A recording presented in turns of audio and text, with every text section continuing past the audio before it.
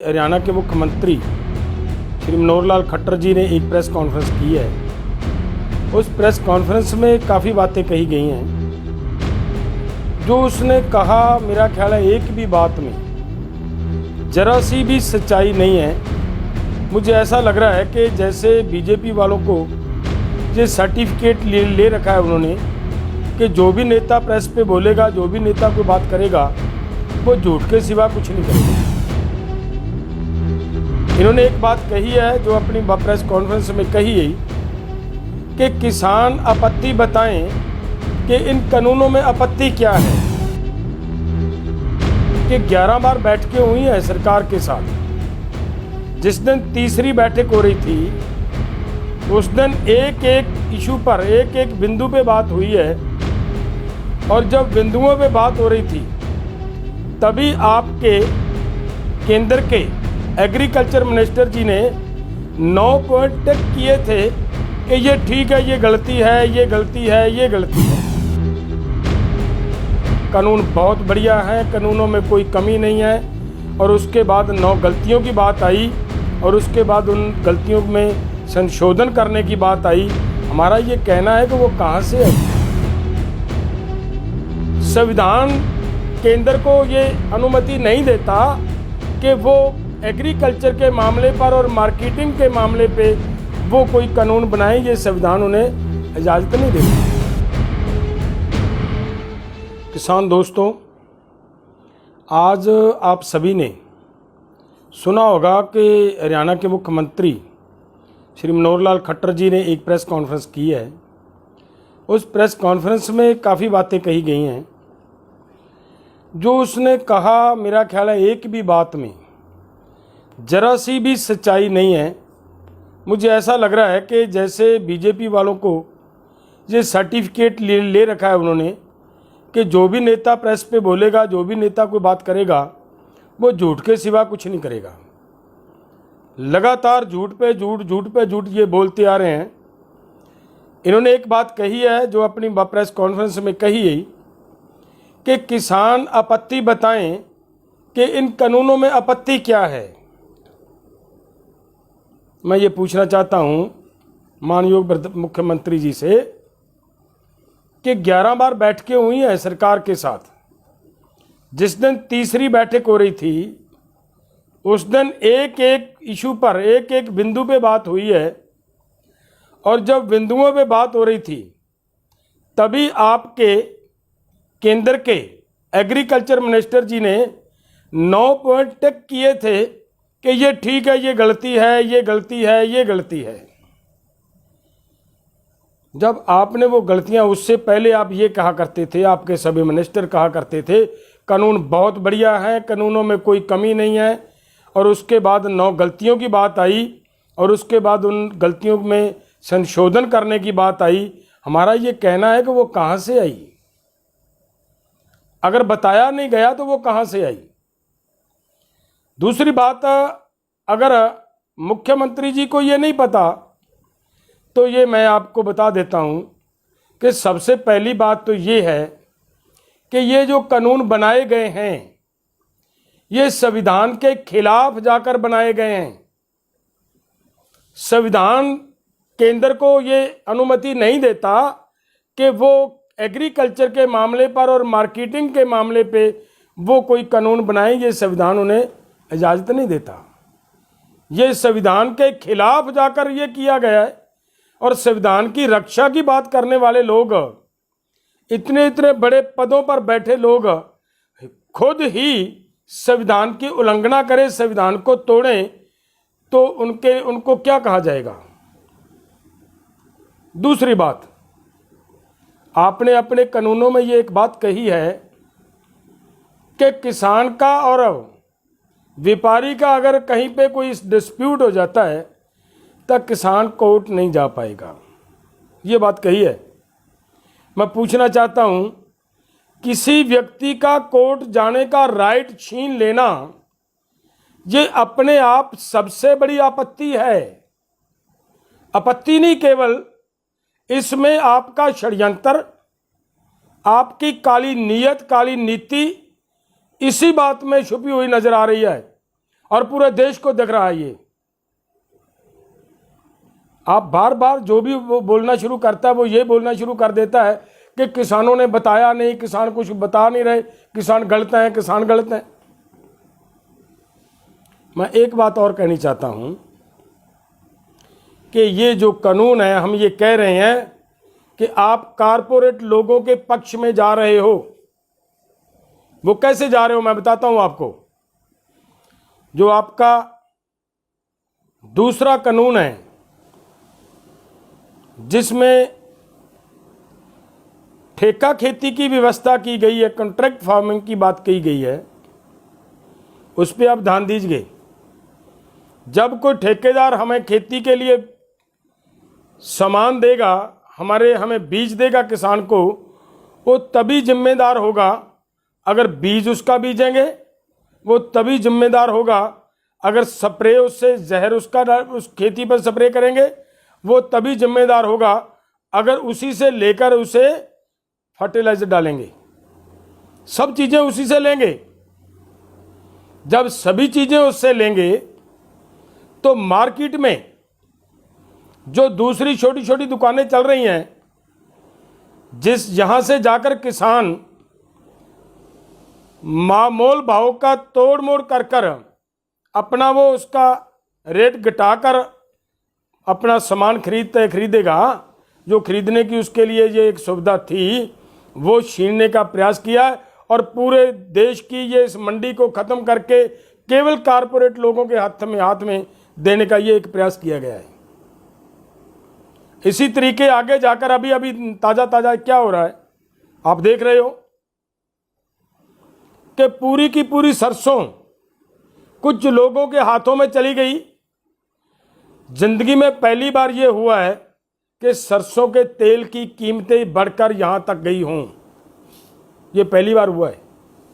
उसकी मेन वजह वही है जो आपने एसेंशियल कमोडिटी एक्ट में शोध की हुई है, उसी की वजह से हुआ है।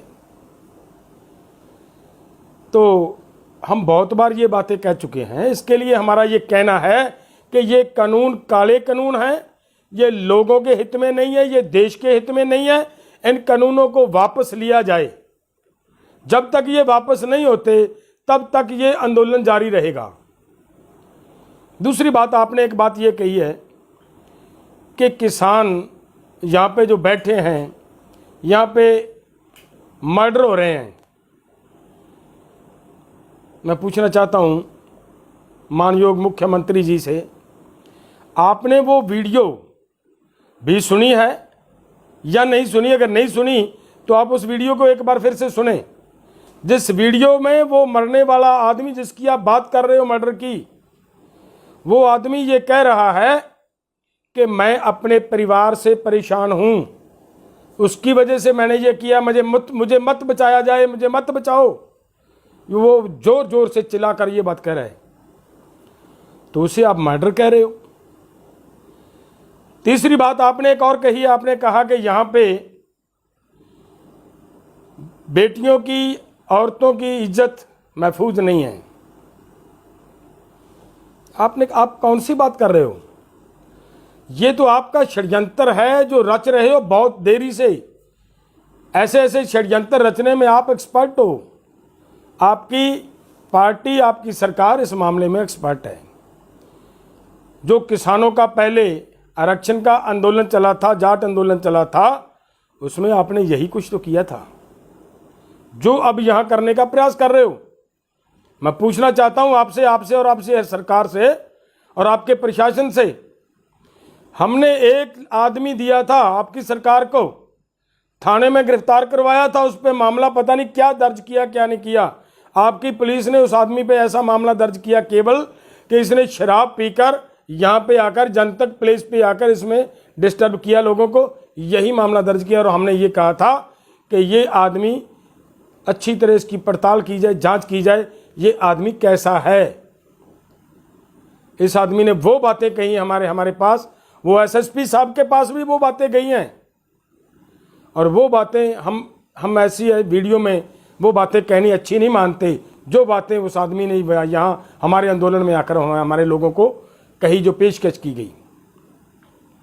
और हमारे लोगों ने उस आदमी को पकड़कर पुलिस को दिया।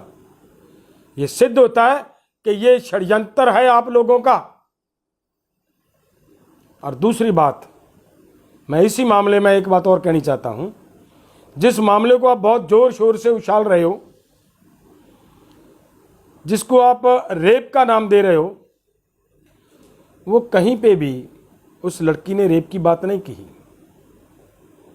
दूसरी बात, उस लड़की का बाप प्रेस कॉन्फ्रेंस की और प्रेस कॉन्फ्रेंस में उसने ये कहा, क्लियर कट साफ कहा कि मैं मोर्चे से सेटिस्फाइड हूं, मोर्चे में मेरी लड़की को कुछ गड़बड़ नहीं हुई, मोर्चे वाले मेरे साथ हैं, मैं मोर्चे के साथ हूं। ये कहा उस आदमी के जिसकी बेटी की आप बात कर रहे हो। और मैं ये भी कहना चाहता हूं आपको कि इतना झूठ नहीं बोलना चाहिए। इतने बड़े पद पर बैठे आदमी को बार बार उन्हीं बातों पर आप झूठ बोलते रहते हो, वो अच्छा नहीं लगता। मैं एक बात और बताऊं आपको, आपने नोट नहीं किया होगा, ये जो आंदोलनकारी हैं ये क्या कर रहे हैं आपको नहीं पता। आपके हरियाणा के लोगों को जब कोविड की आप बीमारी को फैला रहे थे, तब उस समय आंदोलनकारियों ने यहां से आपके हरियाणा के लोगों को, उनके साथ हमारा भाईचारा, वो हमारे भाई हैं, भाई बनकर खड़े हैं, हमारे साथ हैं। और जिन लोगों को आप ऑक्सीजन नहीं मुहैया करवा पाए, उन लोगों को हम आंदोलनकारियों ने ऑक्सीजन मुहैया करवाई है। कैसी बातें कर रहे हो आप। एक बात मैं और कहूं आपको, रात एक घटना घटी है सिंघू बॉर्डर पे। अगर आप में जरा सी भी ईमानदारी है, इंसानियत है, तो उस घटना की अच्छी तरह जांच करवाएं। क्या हुआ वहां पे? एक आदमी आया, उसने आकर वो जो छोटी दुकानें होती हैं उनका, किसी आदमी का, किसी बेचारी वो औरत है जिसका वो खोखा था, उसका ताला तोड़ने का प्रयास किया। वो हमारे वॉलंटियर्स ने पकड़कर आपकी पुलिस को दिया। वो लॉक तोड़ रहा था, हमारे वॉलंटियर्स ने आपकी पुलिस को दिया और आपकी पुलिस ने उस औरत के ऊपर प्रेशर डालकर कंप्रोमाइज करवाने की बात कही। क्यों भाई? उसके साथ, उसके खिलाफ कार्रवाई क्यों नहीं की? क्योंकि वो आपका था। हमारे आंदोलन को बदनाम करने के लिए वो आपने छोड़ा हुआ था। अगर वो दुकान टूट जाती तो सुबह यही कहना था कि ये आंदोलनकारियों ने तोड़ी है। हमारे आंदोलन को बदनाम करने का प्रयास करना था आपने। ये षड्यंत्र आप बहुत देर से रच रहे हो। ऐसा ही षड्यंत्र आपने आज गाजीपुर पर भी किया है। मैं पूछना चाहता हूं कि जब पूरे देश के लोगों का ये नाराजगी है, बीजेपी के खिलाफ नाराजगी है, पूरा देश ये चाह रहा है कि बीजेपी हमारे गांव में ना आए, हमारे पास ना आए, तो आप वहां पे जहां किसान आंदोलन कर रहे हैं, आप वहां पे जाकर वो करोगे तो फिर किसानों के साथ किसानों को प्रवोक करने का काम किसने किया? क्या आपके प्रशासन की जिम्मेदारी नहीं बनती थी क्या कि वो वहां क्यों करने दिया जा रहा है? क्यों नहीं रोका जा रहा कि आंदोलनकारियों के बिल्कुल करीब आकर वो ऐसा कार्यक्रम किया जाए जिससे आंदोलनकारी प्रवोक हो, उनमें गुस्सा आए, उन्हें गुस्सा दिलाकर उनका विरोध करें। वो अगर जब विरोध करेंगे तो वहां पे डिस्प्यूट बनेगा। वो आप लगातार इस बात का प्रयास कर रहे हो हमारे आंदोलन को बदनाम करने का, और वही तरह तरह के षड्यंत्र रचते शुरू से लेकर आज तक रचते आ रहे हो।